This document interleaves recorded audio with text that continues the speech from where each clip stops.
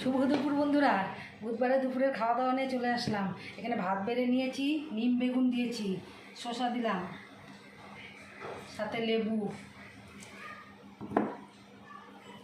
এখানে ডাঁটা শাক ভাজা করেছি, আম দিয়ে টক ডাল, মাছের মাথা, ডালের গুঁড়ি, ধনেপাতা দিয়ে লাউ ঘন্ট। খুব গরম পড়েছে, আজকে বেশি কিছু রান্না করিনি। নাও খাওয়া দাওয়া করে নাও। টক ডাল দেবো নাকি? দাও। গরমের দিনে টক ডাল খাওয়া বেশি করে, ভাত তো একদম ভালো লাগে না খাইতে। হবে। খাওয়া দাওয়া কেমন হয়েছে? টক ডালটা দারুণ টেস্ট, সেই টেস্ট। আমিও একটু নিয়ে দেখি কেমন হয়েছে খাইতে। তো বন্ধুরা, আমরা খাওয়া দাওয়া শেষ করি।